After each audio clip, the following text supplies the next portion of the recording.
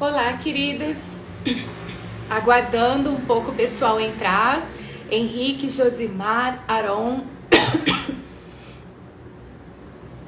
Rayana Barbosa, Eusa, querida.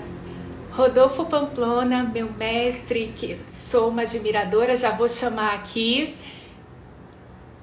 Felipe, sejam todos bem-vindos. Estamos aqui ansiosos pela companhia de vocês.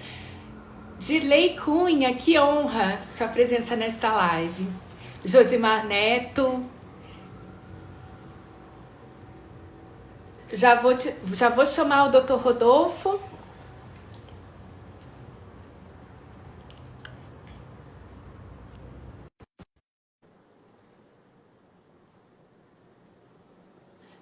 Tiago, querido. Bom aqui. Olá, boa tarde. Olá, muito prazer em tê-la aqui nesta live. Meu. É uma grande honra para mim. Estudei pelo direito do trabalho, pelo direito civil. Todos conhecem, mas eu vou apresentar aqui o Dr. Rodolfo Pamplona, juiz na Bahia, entre outras coisas, né? Ele, enfim, é poeta, juiz, nerd e uma infinidade de coisas. Como disse o Dr. Luciano Martinez na live, o direito é um antes e depois do Rodolfo Pamplona, e eu concordo com isso. Essas palavras não são exageradas. Sou uma fã e trouxe aqui o Dr. Rodolfo Pamplona nesse feriado que vai, sem dúvida, elevar aqui o nível da discussão. Pretendemos trazer muitos esclarecimentos aqui para vocês. Vão falando aí as cidades, Dr. Rodolfo. Aqui com vocês, então. Gostaria de falar alguma coisa inicialmente? Bem, em primeiro lugar, dizer boa tarde a todos e a todas, desejar uma feliz Páscoa. Nós estamos nesse período de isolamento presencial, mas que não é um isolamento social virtual. Ao contrário, nesse período nós temos atuado com muita frequência nesse tipo de live, que é uma forma de comunicação em que a gente serve o cidadão, serve a cidadã, traz esclarecimentos. Então, para mim, é um prazer. Eu vi a live sua com a Vólia, aí surgiu esse convite, para mim vai ser um prazer participar. A Vólia também é uma querida, uma amiga, uma fofa. Já digo que também você deve fazer aí com o Luciano Martinez, já falei para ele, né? Então, Com vai ser certeza. uma oportunidade. Acho que vai ser muito interessante a gente conhecer, né? Eu, obviamente, sou muito mais velho do que a senhora, mas estamos nessa linha de juntos Nem trabalhar para tanto. uma... Todo mundo... eu aparento bem menos idade do que eu tenho realmente. Não que eu Não, seja mas é velha, porque... tá, gente? Não, Mas... é que eu aprendi, doutora Elisa, que os homens envelhecem e as mulheres se aperfeiçoam. Então, com Verdade. certeza, a senhora com o tempo deve estar ainda mais encantadora. Mas estamos aí para bater um papo com cada um dos colegas. Quero dizer aqui também, como falo sempre, aproveite a oportunidade para você conhecer as pessoas que estão produzindo material, produzindo conteúdo sério que possa ser divulgado. Siga aí a doutora Elisa, Elisa A.S. Tavares, é o Instagram dela. Siga meu Instagram, R. Pamplona Filho. Eu estou pedindo sempre para o pessoal seguir meus 2 canais no YouTube, porque é uma medida meio quixotesca minha, mas a ideia de disponibilizar gratuitamente material que possa ser utilizado em sala de aula, nas reflexões, nas lives. Então, são 2 canais. É o canal Pamplona e o canal Papeando com Pamplona. Qual a diferença de um com o outro? É muito simples. O que é conteúdo exclusivo, produzido especificamente aqui nas minhas lives, no meu perfil, ou a minha banda de músicas, os clipes lá, alguma coisa especificamente produzido, dicas produzidas por mim diretamente, eu coloco no canal Pamplona.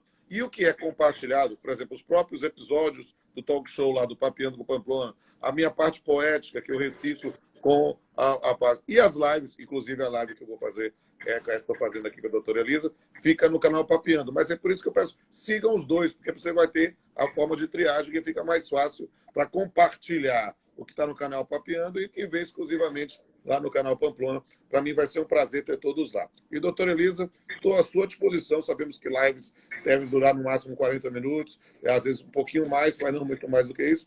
Então, estou à sua disposição para que a Claro, senhora só quiser vou fazer falar. uma observação aqui. O Dirley Cunha está online, tenho grande admiração também. Se aceitar meu convite para uma live, será uma honra. Eu, Será? eu estudei administrativo por ele, estudei também constitucional, a parte de direitos fundamentais. Meu Deus do céu. Ele é Eu ótimo. lembro Ó. que eu fui aprovada por causa desse livro, a parte de Ó, direitos fundamentais do Dirley Cunha. Tem que é, ler. Eu lembro que o concurso, a discursiva que eu fui aprovada, apenas 17 foram e no outro apenas 21. Foram as provas mais difíceis e eu passei por estudar direitos fundamentais pelo livro dele. É impressionante ok. porque direitos fundamentais é a fina flor do direito, né? E eu Sem aprendi sombra de desde dúvida. então que eu tenho que fundamentar tudo com direitos fundamentais. Foi então que Ó. eu passei. E É isso. O Dirley é meu confrade na Academia de Letras Jurídicas. Eu estou presidente da Academia de Letras Jurídicas. Ele é meu diretor de biblioteca e meu colega na Universidade Federal da Bahia. É, sem sombra de dúvida, um dos grandes constitucionalistas do Brasil e eu recomendo realmente fazer uma live com ele. Eu já combinei com ele, disse assim, ó, vai fazer, estou esperando, eu já mandei minha agenda toda para ele. Escolhe o dia para eu fazer, então estamos esperando. Dirley, eu fico dizendo que Dirley é o nosso eterno candidato da Bahia para ser ministro do Supremo. Então, será um prazer, assim, e eu lhe digo, vou assistir também a live sua com ele, porque Dirley é show também. Veja com o Dirley, enquanto ele está nessa parte inicial, né, que o pessoal está entrando, se puderem, gente, dê uma olhada lá no canal, qualquer um dos dois, isso por enquanto nos dois canais, no episódio do Papeando com Pamplona, que eu fiz ao vivo com o Dirley, sobre intervenção federal. É sensacional. Vocês vão ver um material muito bom, vão ver, e ele fala muito bem, muito simpático, uma grande figura, sem sombra de dúvida. Vai ser uma excelente live também com a senhora e, quem sabe, comigo também. Estou esperando aqui o dele. Vamos lá. A Então, senhora quer doutor começar a falar? A senhora Rodolfo, me pergunta? permite chamá-lo de Rodolfo? À vontade, querida. E nesse coronavírus, então, ele afetou diretamente as relações de trabalho, porque uma vez que afeta a economia, como toda crise, o que logo, primeira coisa que se pensa, como vai ficar o meu sustento e quem tem, no caso, a renda, a fonte de renda, como que vai ficar a minha fonte de renda? Será que eu vou continuar explorando a minha atividade? Então, quem falava-se inicialmente uma observação, quem falava da extinção da justiça do trabalho, nada como a realidade mostrando, né? Então, Esse é um falou-se tema que é sobre a extinção. importantíssimo. Nos debates que eu fiz, num debate que eu fiz com o Renato, com o Volha, com o Carro V, com o Rafaela Sionec, eu tenho dito isso com frequência. Olha, nós vivemos um ramo, eu vivo o direito do trabalho, eu estou no direito do trabalho desde 1992, a senhora não era nem nascida. Então, dentro desse ponto, o que é que acontece? Eu vivo, eu sou apaixonado, eu amo, eu respiro o direito do trabalho. Mas o que é que a gente tem que dizer? Que desde a reforma trabalhista, nós estamos vendo um período de desprestígio da disciplina jurídica das relações de trabalho, com uma postura, às vezes quase desrespeitosa, dizendo que não vale mais a pena fazer trabalho. Bem, precisou surgir uma pandemia para as pessoas perceberem e revalorizarem o direito do trabalho. Eu tenho recusado as pessoas falarem que o direito do trabalho está renascendo, porque ele nunca morreu. Na verdade, ele está sendo revalorizado, né? Nós passamos a ver a importância do direito do trabalho para a manutenção da sociedade, né? Para mim, chegou a ser quase uma fina ironia, né? Muitas daquelas pessoas que diziam, olha, é preciso revogar a CLT, legislação superada, fascista, não sei o quê. Essas mesmas pessoas pensando em aplicar o 486, pensando em aplicar o 502 e o 503. Ou seja, de repente, a CLT, que não servia para nada, passou a servir para muita coisa. No final das contas, sem sombra de dúvida, talvez o tempo é o senhor da razão. Eu acho que isso está trazendo uma nova concepção para as relações jurídicas no momento.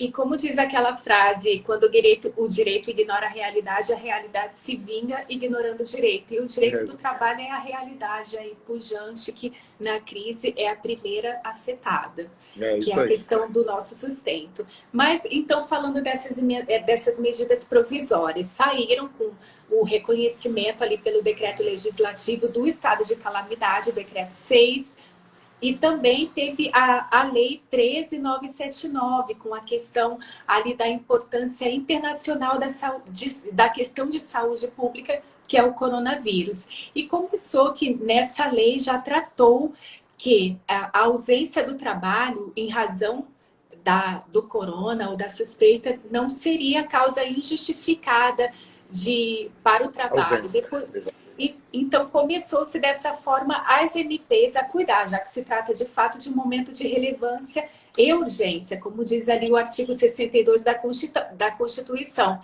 E o chefe do Executivo Federal, Bolsonaro, foi lá e editou essas MPs. Inicialmente teve a 927, com várias discussões, inclusive a 928 já revogou ali uma das situações que ela previa, que era a suspensão do contrato de trabalho sem pagamento de salário, e foi revogado, só que voltou depois, e nós já vamos falar. A 927 trouxe 7 medidas unilaterais tomadas pelo empregador que podem diminuir, digamos assim, os impactos econômicos ali da manutenção desses postos de trabalho, que, falando rapidamente, são concessão de férias coletivas, antecipação de férias individuais, banco de horas, o teletrabalho, o parcelamento das competências de março, abril e maio do FGTS, suspensão de processos administrativos e a antecipação dos feriados, salvo, no caso, ter que ter a concordância do empregado para os religiosos. Então, o que se esperava era a questão de possibilidade ou não de redução de salário e a suspensão que tinha sido suspensa, porque foi apenas maléfica. Esperava-se algo que fosse um meio termo, ou seja, um equilíbrio na balança. E aí eu tenho uma pergunta para o doutor. Se o doutor entende que a 936 trouxe esse equilíbrio para a balança? Olha, vamos aqui compreender bem essa questão do ponto de vista técnico. Você colocou muito bem, digamos assim, recapitulado a legislação até a 927, até a 936. E a 927, o espírito da 927 é de manutenção do posto de trabalho com manutenção da renda. E por isso a ideia, eu estou pensando realmente numa interpretação do dispositivo da norma como um todo, para compreender, e você usou uma expressão muito adequada. Por quê? Porque a ideia da 927 era manutenção de posto de trabalho com manutenção do salário. Então, né, e sem nenhum tipo de perda ao trabalhador. Por isso, a 927 trouxe a possibilidade de modificações unilaterais, ou seja, alguma coisa que se ressalvava o nosso 468 tradicional e a disciplina, obviamente, de cada um dos institutos, sendo do banco de horas, das férias, o que quer que seja. Mas dentro de uma perspectiva, para mim, absolutamente constitucional. A ideia da 936, ela vem em complemento da 927, e aí para pensar numa outra circunstância. Que circunstância é essa? Ora, se não dá para manter o posto de trabalho sem nenhum tipo de perda ao trabalhador, perda do ponto de vista pecuniário, porque aí era só, às vezes, diferimento de pagamentos na 927, nós vamos tentar ver aquilo que se estava pleiteando, que se fez de maneira muito assodada com o artigo 18 da 927, por isso revogado pela MP 928, que é a ideia da suspensão do contrato de trabalho e também da questão da redução salarial. Perceba que quando se fala da 936, e aí eu fiquei muito impressionado com a expressão que a senhora usou, e por isso eu quero, digamos assim, lapidar a nossa live com isso. A 927 são atos unilaterais. A 936 é, na verdade, negócios jurídicos. Quando nós falamos em acordo individual, nós não estamos falando de imposição unilateral. É claro que ninguém é menino, mas muito menos eu. E a gente sabe que, por força de uma coação difusa, do medo da perda do posto de trabalho, a manifestação da vontade do trabalhador num acordo individual, muitas vezes na situação, ou é isso ou é a despedida. Mas perceba que ali se tem não a necessária imposição, mas uma manifestação de vontade pela via individual, autonomia da vontade. Só que isso na previsão do artigo 7º, inciso 6º, né, na ideia de que essa manifestação de vontade tinha que ter como sujeito o sindicato, na verdade, tentou-se, com a 936, e aí respondendo a sua pergunta, dar um equilíbrio à balança no sentido de dizer, olha, se não der para aplicar tudo aquilo que está no 927, que é a preferência, você vai ter essa possibilidade do 936, e aí o governo vai dar algum tipo de, vamos dizer assim, compensação, que nunca vai ser necessariamente o equivalente ao salário, salvo para quem é salário mínimo, por exemplo, né? E aí, naquela circunstância, tentamos amenizar o prejuízo. O governo finalmente botou a mão no bolso e percebeu que precisava, porque não é somente o empregado que precisa, a empresa precisa. E tanto que precisa que depois a gente pode falar, se a senhora quiser, do AMP 944, especificamente com as linhas de custeio. Mas a 936 foi nessa linha. Só que nós temos um nó-górdio, né? Nós temos um ponto que trava digamos, nas discussões dos juristas pelo apego ou não na perspectiva da interpretação tradicional do direito do trabalho, que é a previsão do artigo 7º, inciso 6º, de negociação coletiva, né? A ideia ali, e aí eu tenho que dizer todas as, digamos assim, uma síntese das teorias ou das vertentes ou dos posicionamentos sobre o tema. O primeiro posicionamento é dizer absolutamente inconstitucional, porque a Constituição não faz ressalva e não tem pandemia que autorize a modificação ou o desvirtuamento do preceito constitucional. Ponto. Essa é uma visão, muitos colegas partilham desse. Meu amigo Bezerra Leite também vai dentro dessa linha. Ótimo. No segundo, vai dizer o seguinte: olha, realmente a forma é a negociação coletiva. Mas nessa circunstância, em função de ser não é algo de abuso de poder econômico do empregador, que quer ser, é uma situação absolutamente excepcional, pensou-se numa restrição temporária e só poderia ser nesse sentido, e tanto que o governo estaria colocando também uma parte no bolso e admitindo a constitucionalidade. Além disso, há uma terceira visão que admite a constitucionalidade também, mas numa outra perspectiva. E é, digamos assim, uma perspectiva que eu acho assim, muito interessante, porque é uma perspectiva aritmética. É dizer o seguinte: a ideia de redução que dá 936, pensando só redução, nem falei suspensão, de redução, é uma redução que é, na verdade, proporcional à redução da jornada de trabalho. Ou seja, o indivíduo, o salário hora está garantido. Então, no final das contas, era como se o que a MP tivesse autorizado, dentro de uma linha que vai, digamos assim, acompanhar o raciocínio que editou a MP 927, era que nós estávamos, na verdade, não uma necessária redução, mas uma flexibilização das regras da jornada tempo parcial. Por quê?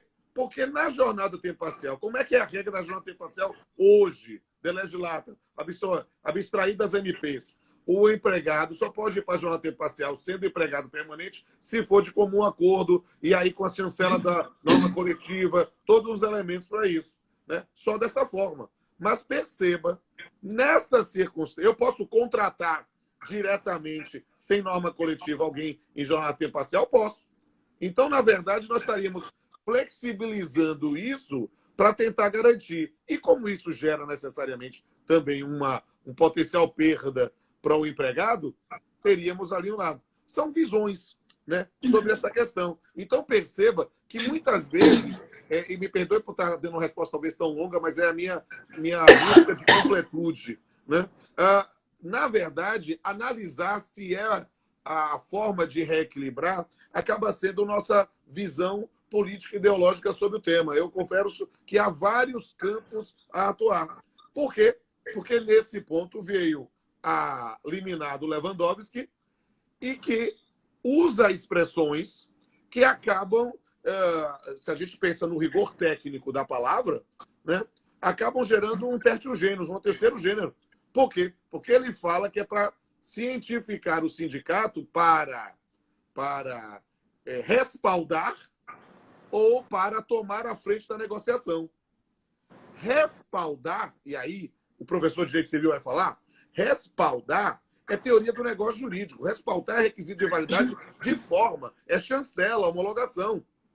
Tomar a frente da negociação, não. É na teoria do negócio jurídico o quê? O sujeito, ou seja, se ele toma a frente da negociação, o resultado vai ser um acordo coletivo ou uma convenção coletiva. Então, perceba que, claro que nessa forma aí, entrevistar a Dila vai ser sensacional para entender essas formas de controle de constitucionalidade, né? Mas o controle de constitucionalidade brasileiro tem admitido esse poder criativo do Supremo Tribunal Federal naquilo que muita gente critica no chamado ativismo judiciário. Mas, no final das contas, foi isso que Lewandowski fez. E talvez por isso que esteja sofrendo tantas críticas, que ele não foi nem para a ideia da inconstitucionalidade, nem na ideia da constitucionalidade. Ele disse, eu vou dar uma forma aqui para tentar resolver. Eu acho muito difícil a liminar ser mantida no seu inteiro teor na sessão. Tanto que isso já é um indício, a antecipação da pauta já é um indício. Ela estava para o dia 24, já foi antecipada para o dia 16, então a gente já vai ter aí, realmente, possivelmente, um dado. Sim. Lembrando, queridos, a MP 936, ela traz 3 situações novas, que no caso, e fala que não precisa de negociação coletiva, com algumas ressalvas que eu já vou falar aqui, que é a diminuição da jornada com diminuição do salário, a suspensão do contrato de trabalho e a suspensão do contrato de trabalho na forma da CLT, lá o 476.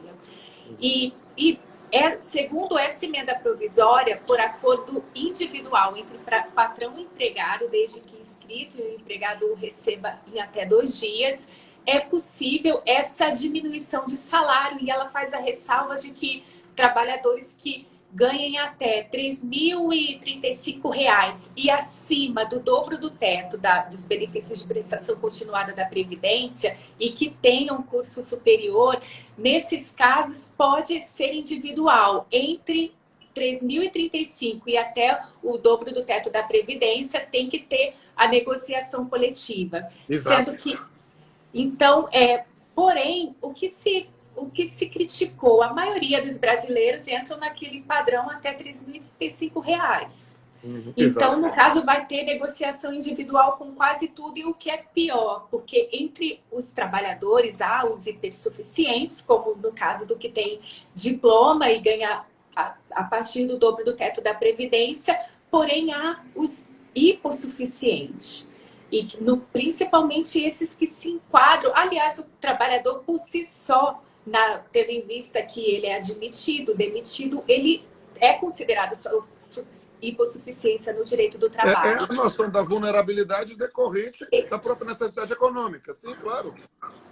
Exatamente. Nós aqui, como juízes, vemos lá em mesa de audiência aqueles grandes gerentes que ganham muito, o CEO, e que vemos a sua vulnerabilidade, na verdade. Enfim, e daí há a possibilidade de acordo individual para esses casos que compõem a maioria. Por isso, a crítica. Por isso, a crítica no sentido do prejuízo do empregado, porque o empregado ali numa situação de concordar um acordo individual com o patrão, sob esse argumento, manter seu posto de trabalho, muitas vezes não é uma negociação individual, mas um diálogo entre o pescoço e a forca. Então, por isso, essa necessidade de participação dos sindicatos defendida, o que, aliás, a Constituição lá, conforme o Rodolfo Pamplona colocou aqui de forma magnífica, as teses, ali na Constituição, o sindicato deve tomar a frente, porque o empregador por si só é considerado um ente coletivo, dado o poder ali de comando, ali no norte da relação de emprego. O empregado sozinho é considerado um individual contra um coletivo. Por isso, o papel do sindicato, fazer com que o empregado também fique representado por um ente coletivo. E, além disso, para a sociedade é melhor a extensão quando é coletivo, pelo sindicato, porque beneficia toda uma categoria ou todos os empregados de uma empresa. Para a sociedade, traz mais segurança jurídica. Então, há essa discussão da constitucionalidade. O ministro Lewandowski no caso, com essa cautelar, adotou essa medida e vai ter um julgamento agora essa semana, né, Exato. Rodolfo? E mais do que isso também, a gente pode aprofundar ainda mais essa reflexão para ver os aspectos fáticos, né? Os aspectos práticos dessa medida. Por quê? Porque, note, nós falamos no início, nós passamos desde a Lei 13.467, né, da reforma trabalhista, um período de desprestígio das relações trabalhistas, inclusive das relações coletivas. É claro que se fala da prevalência do negociado sobre o legislado, mas houve um evidente esvaziamento da atividade sindical com o término de fonte de custeio, entre outras coisas. E aí o que é que acontece? Nós estamos vivendo uma situação que é, digamos assim, meio surreal, ou, não vou dizer surreal, mas vou dizer que soa como se fosse um jogo. Um jogo. E quando a gente começa a querer tratar os direitos das pessoas, né, seja dos empregados e dos empregadores, como um jogo, isso é algo que me agonia, porque isso parece que é anestesiar a capacidade de se indignar. O que é que está acontecendo? Está acontecendo de fato. Os sindicatos estavam fechados, seja pela situação de esvaziamento das suas fontes de renda, seja pela própria noção da pandemia, questão de portas fechadas. E aí o que é que acontece? Com frequência, sem ter uma estrutura para trabalhar de uma negociação coletiva efetiva, eu tenho visto, e eu digo, participei de algumas lives interessantíssimas, né? E aí a pessoa começou a mandar para mim, olha, estou aqui as respostas do sindicato.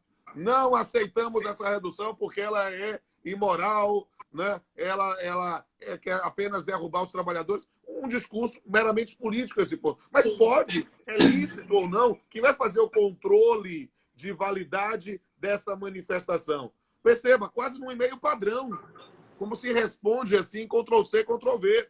Outra situação, e aí alguma colega nossa aqui está colocando também isso, em que se o sindicato está fechado, como é que comunica? A priori, quando se encara como um jogo, em tese fica até mais fácil. Mandei o e-mail, é o endereço. Passou o prazo, opa, está validado. Mas não é para transformar o processo de negociação coletiva em uma forma de jogo em que a gente fica torcendo para que o indivíduo cometa um ato falho para que a gente possa dar um checkmate ou um royal flush. Né? É preciso entender esse aspecto para que as relações coletivas não virem um poker. Isso sem falar no aspecto aí, porque tudo que eu estou falando aqui é de algo que é plenamente lícito, esperável, que decorre de estruturas. Isso sem falar de situações que aí podem ser abusivas. Quando nós verificamos, por exemplo, sindicato querendo cobrar para negociar.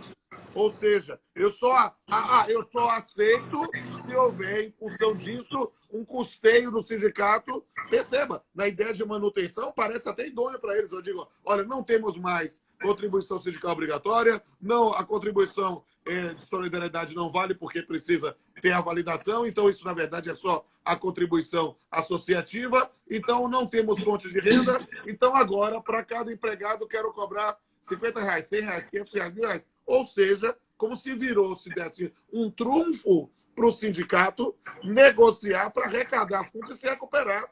E, a priori, não é essa a mentalidade da norma. E é por isso que a gente vai acabar rediscutindo as fontes de custeio do sindicato.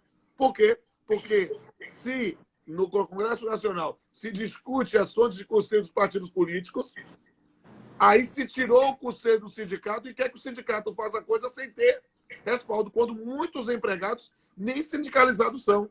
Ou seja, nem contribuem. Ou seja, nós temos um universo aqui que vai gerar bastante polêmica ainda na prática. E são essas. E como eu vejo que a senhora, eu estava lendo os seus posts, antes de você aceitar ser entrevistado, eu quis ver quem é essa jovem, eu não a conheço ainda, não tive a honra de conhecê-la pessoalmente. Fui ver, eu vi a sua história pessoal, aplaudo, acho muito legal e digo isso, me senti identificado, né? Meu pai foi frentista, foi bombeiro, foi um monte de coisa, foi soldado, foi um monte de coisa. Meu irmão é motorista. Entende? Então, eu senti identificado. Eu vou entrevistar com essa jovem, acho que muito interessante. Então, a senhora tem uma preocupação social. E essa preocupação social é o que nos leva a refletir.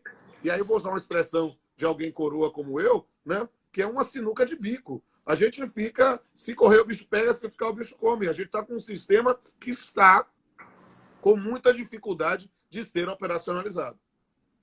Exatamente. Exatamente.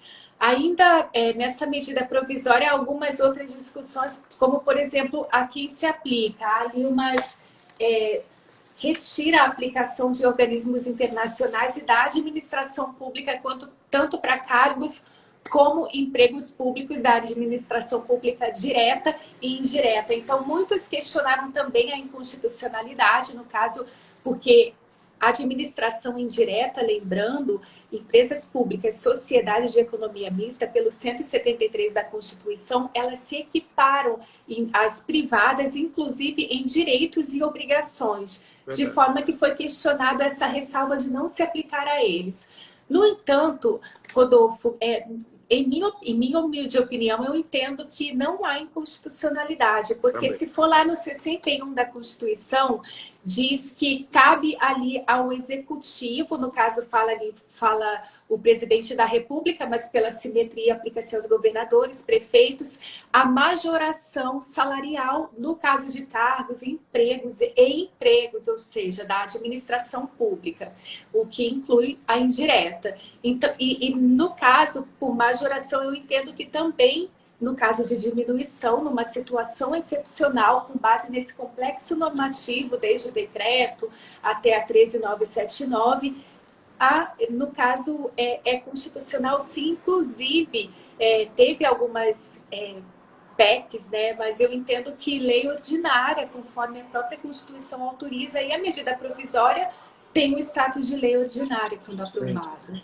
É importante dizer sobre essa questão da MP 936, que, na verdade, é preciso entender que aquela medida era uma medida excepcional, limitada no tempo, ou seja, temporária, e que visa realmente a atividade privada, estricto sensu. Né? Quando a gente está pensando de uma sociedade de economia mista ou de uma empresa pública que, embora exerça uma atividade que também possa ser regida por direito privado, ela tem lá na sua titularidade o Estado com sentido com letra maiúscula. Então, na verdade, a relação de poder aqui, a relação de necessidade de custeio é diferenciada. Então, para mim, não há inconstitucionalidade realmente, não. Enfim, entre as discussões ainda, como dissemos aqui, as medidas são 3, e na suspensão do contrato de trabalho também há uma ressalva, ou seja, para pessoas jurídicas que tiveram a receita bruta no ano de 2019 acima de 4.800.000 reais, no caso, é necessário negociação coletiva. É necessário um pagamento de 30%, que seria a título de compensação. Então, inclusive, nessa ADIM, nessa ação direta de constitucionalidade, a 6363, um dos questionamentos que se faz é a respeito de essa compensação ter natureza indenizatória.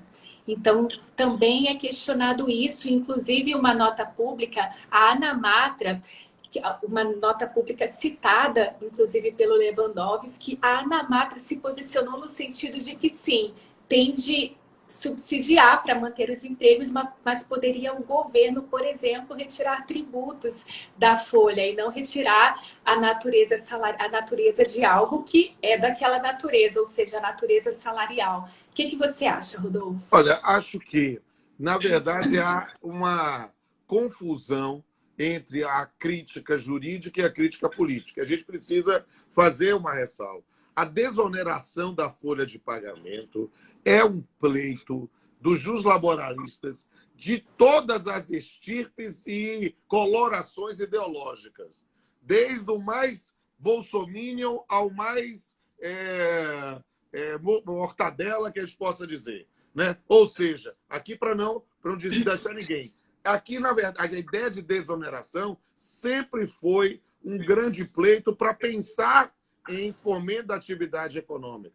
Eu não tenho dúvida que o momento, inclusive, está propício para que, não por MP, mas por projeto de lei, tenhamos uma desoneração. Mas perceba que a questão de se colocar um determinado custeio na MP 936 para empresas com determinada arrecadação, saldo 4 milhões e pouquinho, qual é a situação? foi um critério, especificamente, como todo critério do legislador, um critério arbitrário, não no sentido de ditatorial, mas um critério tomado, claro, com base nos seus estudos, ele sempre parte nesse pressuposto, para quê? Mas já quem tivesse mais ou menos bala na agulha. É uma questão simples, porque a ideia é, e perceba, a gente não tem. A senhora vê alguém nesse momento brigando porque para dizer que não cabe MP na área de trabalho? Não, ninguém está brigando, ninguém está dizendo. Por quê? Porque a hipótese é efetivamente de relevância e urgência. Relevância, mas principalmente urgência. Ou seja, o que nós queremos é ter um parâmetro especificamente para garantir segurança jurídica para as relações contratuais, para as relações empresariais, para as relações trabalhistas, e que, dada a situação de urgência, enquanto se complicar a situação de pandemia, pode ser que mude mais ainda. Mas é preciso garantir no mínimo. O que é complicado, e eu digo, e porque eu repito, estou brincando, dizendo que desde que eu comecei a fazer essas lives, eu estou exercitando um dom de profecia que eu nem sabia que eu tinha. É verdade. Eu estou dizendo, pessoal, olha, a MP não vai se sustentar, a liminar não vai se sustentar na forma como se contém. Pode ser até que, para um jogo político, ela seja confirmada com alguns fundamentos diferenciados ou coisados, mas do jeito que está, ela é evidente omissa, porque quais são as situações jurídicas consolidadas antes da decisão do Supremo Tribunal Federal? Como é que se materializa essas questões? Ou seja, é preciso perceber que nós vamos ter, numa situação em que estava assim, ainda que houvesse a discussão sobre constitucionalidade, as resistências dos dados, foi uma MP que, no final das contas, ninguém esperava. Todo mundo esperava que o Lewandowski, inclusive, remetesse o processo para Marco Aurélio por uma noção da reunião da MP anterior e fosse tudo resolvido de forma única. Mas, ao proferir essa decisão, nós tivemos na prática, e com todo o respeito ao ministro Lewandowski, que eu admiro, no campo do direito penal, uma grande cabeça, foi o professor da USP. Então, mas perceba que nessa linha, ao falar do campo de direito do trabalho, deixou lacunas. Há, sem sombra de dúvida, uma posição, e todo o juiz, nós somos juízes, nós não podemos nos furtar a decidir. E há determinadas questões, aí tem que decidir, ou é desse jeito ou de outro. Eu não discuto se é certo ou errado dizer que é constitucional ou inconstitucional. O que eu digo que é complicado é a operacionalização de uma liminar que, na verdade, modifica um estado de coisa que já estava se consolidando em uma situação temporária, sem dar, pelo menos, uma modulação de efeitos ou uma disciplina como é que fica essas situações. Por quê? Porque, nessa prática, as empresas estão fechando, as empresas já estão praticando determinados atos e nós vamos ter, na verdade, muito mais problema lá no Justiça do Trabalho, quando isso se pacificar, para tentar dar um direcionamento. Então, que o Supremo venha ao nosso socorro também. Por quê, doutora Elisa? O que é que tem acontecido? Eu tenho visto isso na prática, nessas lives, eu estou tendo contato com o país todo. Então, eu tenho visto, por exemplo, na construção civil, o que é que se tem dito hoje? Vamos fazer o seguinte, você acha que o governo aguenta aí 30 dias? Ótimo. Está todo mundo no aviso prévio. Mas eu só vou pagar agora lá no final. Se resolver até 30 dias, vamos considerar o aviso prévio, você continua trabalhando. Já que eu vou ter. Isso, e aí isso é tido, inclusive, como uma medida, assim, benevolente, porque está garantido o salário, então eu vou pagar as horas ou não. Mas perceba que nós estamos, na prática, em função dessa situação, ressuscitando discussão sobre fato do príncipe, discutindo legislação sobre força maior, e que vai deixar os trabalhadores, destinatários da proteção que tanto se propugna, a ver navios. Sim, é verdade. E, afinal de contas, né, para falarmos de outras coisas, eu nem ia abordar isso, mas já que você citou o fato do príncipe, porque eu vi que há doutrinadores de peso que defendem a aplicação, eu humildemente defendo a não aplicabilidade, porque é uma situação de força maior, e a força maior exclui a questão da discricionariedade, era imperativo o reconhecimento. Eu vejo que muitas pessoas até que adotam essa tese falam que por ser força maior, seria metade da indenização. Mas você invocar que é força maior, ou seja, metade da indenização força maior, você exclui, a meu ver, a possibilidade de aplicação do fato do príncipe. Qual que seria a sua opinião, Rodolfo? E, por favor, pode me chamar de Elisa, que eu te chamando de Rodolfo e você me chamando de doutora. Enfim, fica engraçado, que o doutor aqui é você. Agora eu chamo de Elisa. É que a minha primeira tese de doutorado foi sobre assédio sexual. Então, eu nunca chamo uma mulher pelo nome antes de ela autorizar. Então, é doutora, senhora, não sei o quê. Agora liberou, então eu chamo de Elisa. Elisa, o que é que eu digo especificamente sobre esse tema? Aí eu vou dizer como uma condição de homem bem mais velho e na área trabalhista desde 92. São dois institutos anteriores à Constituição de 88 e, por isso, disciplinados na CLT com as regras que eram vigentes e não somente vigentes, aplicáveis até 88. Porque tanto o 486 quanto o 502 e o 503 se refere à indenização de antiguidade, do 477 e 478. Ou seja, aquela indenização de tempo de serviço de um salário por ano trabalhado ou fração superior a 6 meses. Então, o que é que acontece? Só isso já mostra que haveria uma necessidade de atualização do texto. E aí volta aquela ironia lá com o pessoal que queria dizer que a CLT não valia nada e agora quer aplicar isso. Mas o que é interessante falar sobre essas questões? O 500, vamos pensar só na questão da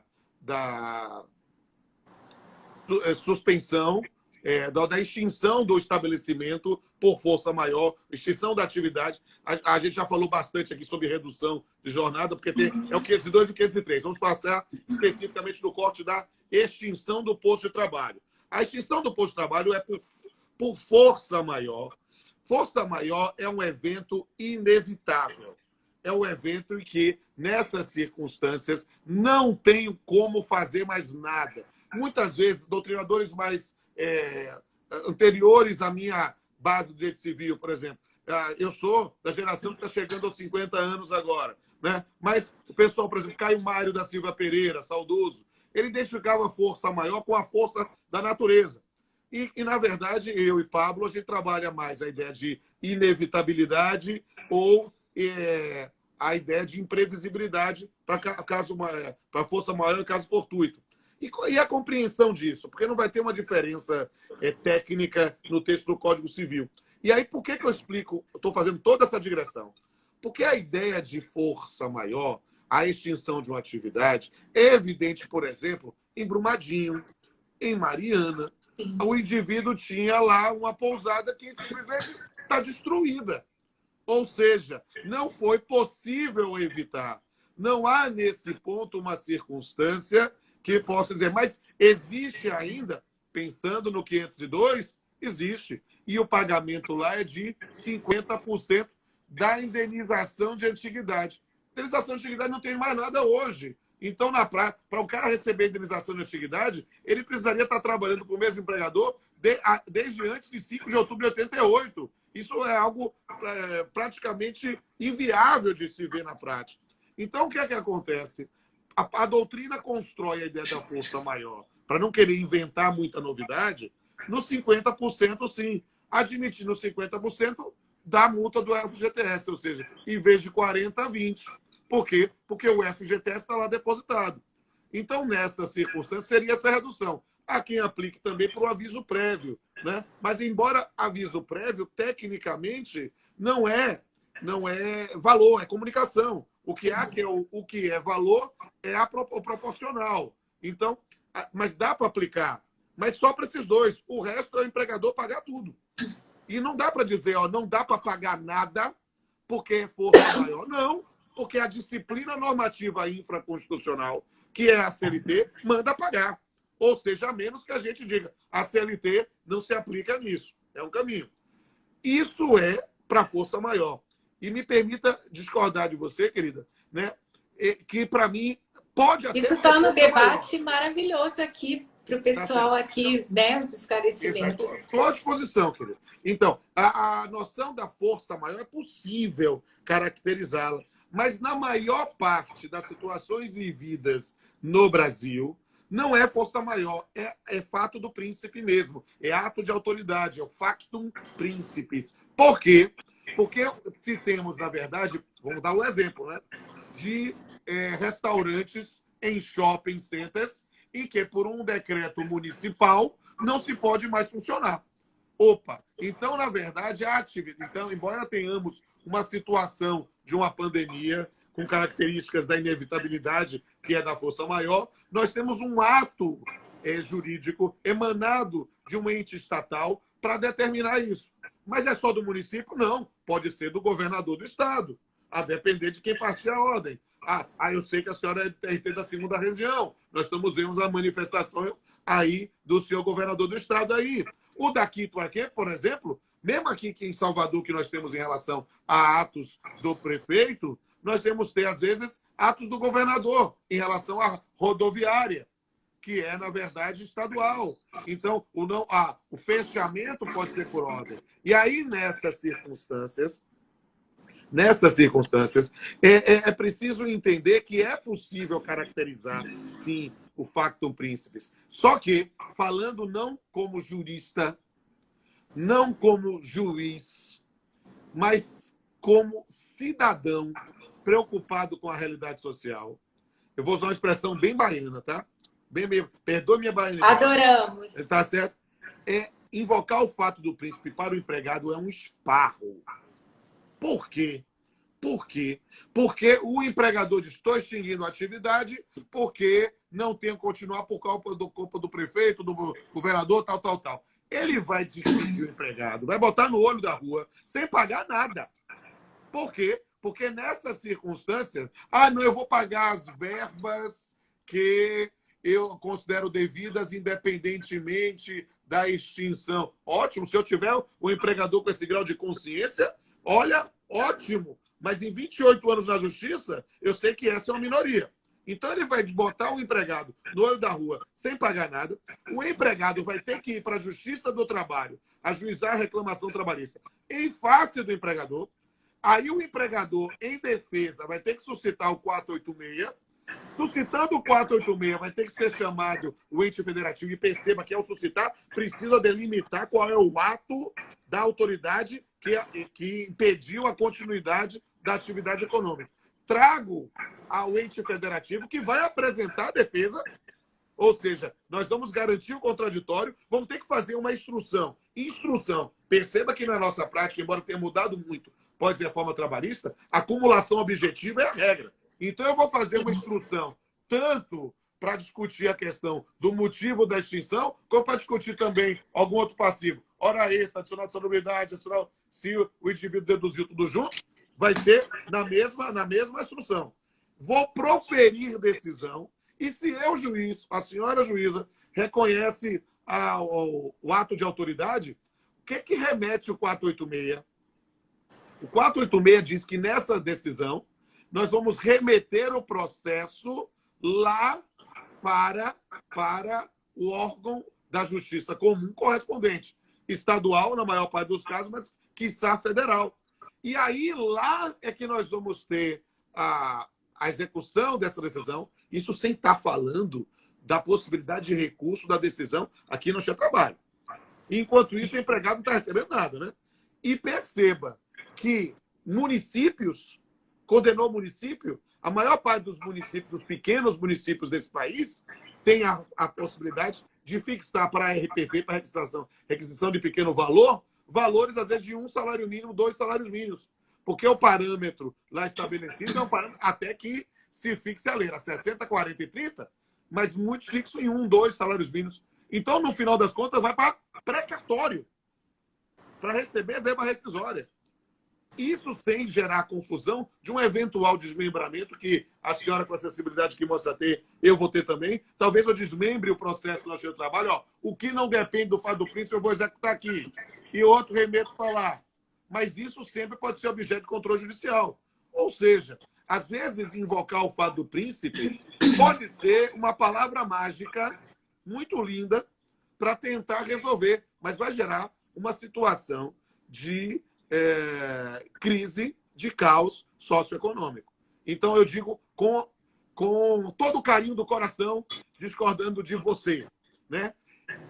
Pode ser invocado o fado do príncipe. Agora, eu, pensando no momento de consciência social, eu daria um jeito na atuação como magistrado, tentar conciliar o máximo possível para evitar que isso vá à frente. Por quê? E, claro, se não for possível, eu vou tomar todas as medidas pensando no trabalhador. Vou, de ofício, mandar expedir alvará para liberação do FGTS, seguro-desemprego, para evitar uma situação como essa. Por quê? Porque digo com absoluta liberdade. Quando eu estou ensinando há tantos anos, quando eu ensinava a falar do príncipe na graduação, a gente lembrava do Estatuto do Desarmamento, da questão dos bingos, em determinadas circunstâncias. Mas perceba que esta que nós estamos vivendo é de proporções pandemônicas, né? Então a gente precisa estar. Estou com medo que está dando 16h51. Estou com medo de acabar a live cair. Tá ótimo e perdoe. Não, tem ainda uns 10 minutos. Antes de falar, né, sobre a MP 944 aqui, a questão do benefício para a preservação da renda, aquele benefício emergencial, eu gostaria de saudar aqui a todos, que eu vi que tem gente aí de Oiapoque ao Chuí. Aliás, tem gente de fora do Brasil, de Portugal. Muito obrigada, é uma honra a audiência aqui. Eu vi minha amiga querida Daniela Crepaldi, professora, ela é assessora da vice-presidência do TRT aqui de São Paulo. Sigam, que é muito bacana o Instagram dela, é um Instagram novo, e eu super recomendo doutora Daniela Crepaldi, tudo junto. Vi a Késia também, vi várias pessoas, algumas já esqueci, mas estou vendo aqui, e muito obrigada mesmo.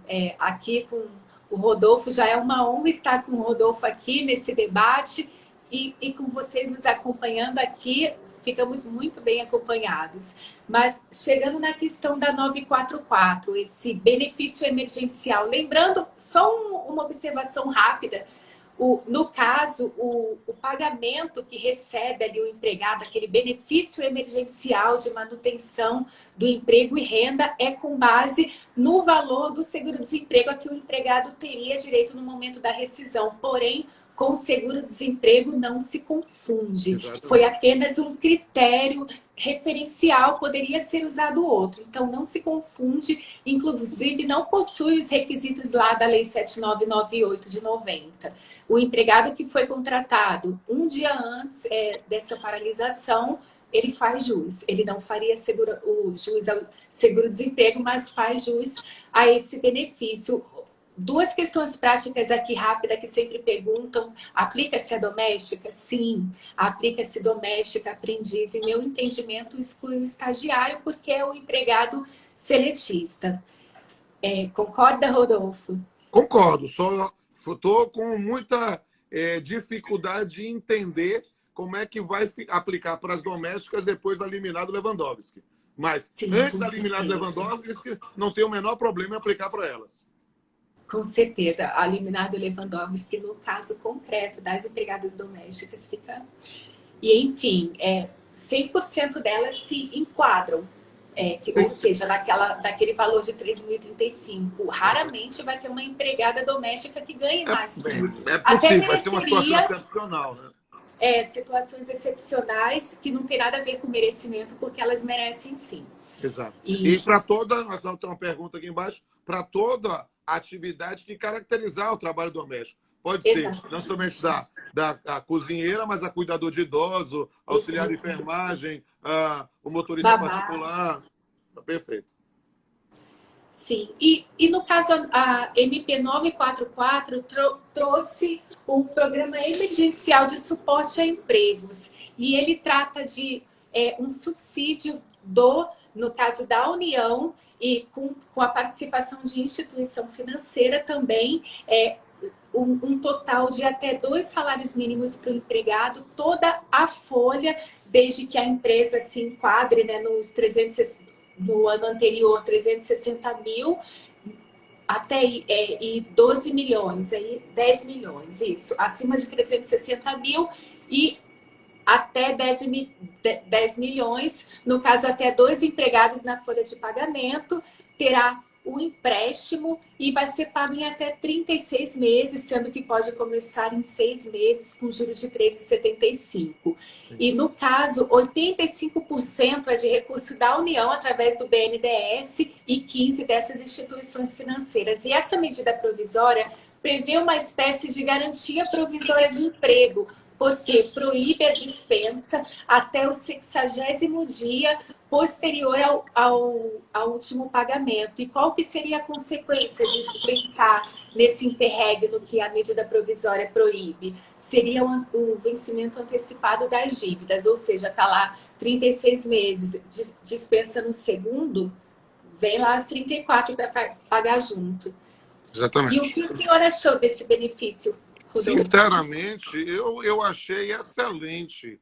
Pode ser melhor, claro que pode ser melhor, mas é cada um sabedor de ser o que é. Então, a questão de uma análise especificamente pelo Ministério da Economia. Mas o que é que a gente precisa entender, que às vezes eu vi algumas distorções nas interpretações da 944. A 944, o governo não está dando dinheiro para pagar nada. O governo está emprestando com um crédito, um financiamento muito favorável, 3,75 a taxa de juros, que realmente é muito baixa, justamente para poder, neste caso, facilitar o cumprimento da folha de pagamento. Olha só que coisa interessante.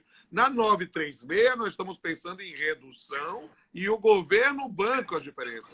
Na 944, não. Já é para pagar a folha mesmo, e nessa circunstância eu vou ter algum tipo de benefício. Eu acho, sinceramente, eu não tenho problema, essa coisa dicotômica que ficou no Brasil, de você ter que ser do contra porque é do governo. Não, eu aplaudo essa iniciativa, né? Então é algo que a gente precisa trabalhar. Agora, é claro que talvez poderia ser melhor, principalmente pensando no empregado, né?